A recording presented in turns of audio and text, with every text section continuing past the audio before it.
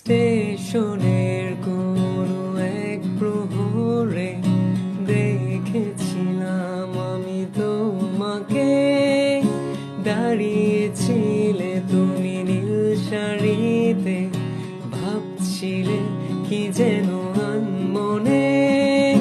নীলছে আকাশ ধূসর কালো মেঘে ঢেকে যায়, শহর জুড়ে বৃষ্টি এসে তোমায় ছুঁয়ে যায়। ধরো না আমারই এ হাত, বলো না হবে কি আমার, করবো না চোখেরই আড়াল তোমায় কখনো।